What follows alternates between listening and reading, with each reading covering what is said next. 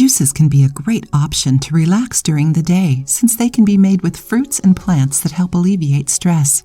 Besides drinking this relaxing juice, you can also take a hot shower, do physical activities like Pilates or yoga, listen to music or read your favorite book.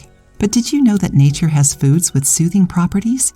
Today, you will learn how to make a relaxing juice with 5 foods that will help calm you down and sleep better. Write down the ingredients. 1 passion fruit, which acts in the central nervous system and is famous for its relaxing and calming properties. Very ripe pineapple slices, which has natural calming properties. 2 tablespoons of honey, which has high tryptophan levels to induce sleep. 2 lemon balm leaves, an herb known for its natural relaxing powers. 4 lettuce leaves. You probably didn't know that, but lettuce has natural calming properties, mainly in its stalk, which can be used by insomniac people. 4 glasses of water. How to make it? Add the water, lettuce, lemon balm, and passion fruit to a blender.